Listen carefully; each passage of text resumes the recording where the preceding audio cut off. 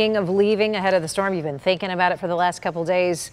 Time is running out. Today, Martin County issued voluntary evacuations. If you're staying, emergency officials say, okay, make sure that you're prepared at home and prepared to evacuate if you are called to do so. News Channel 5's John Shaman takes the pulse of Irma preps from the Treasure Coast.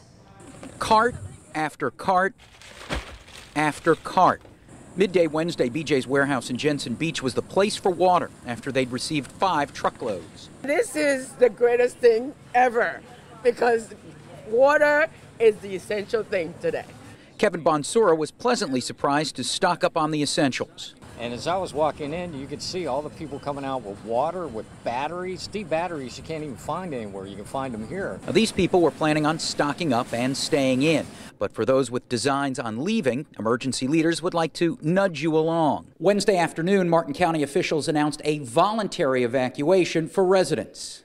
We're concerned about road congestion, so we would like to see residents getting on the road early, getting to their destination safely. Port St. Lucie City Council held an emergency meeting late Wednesday afternoon. Residents were reminded there's no trash pickup after Friday, and putting tap water in clean jugs and freezing it before the storm is a good alternative to bottled water. Let's take care of our homes and our families so then we can immediately turn to all of our neighbors and our new residents. A place like Port St. Lucie that's growing by 5,000 people a year, that's 5,000 people that have never dealt with a hurricane before. Hoping this weekend won't be the first.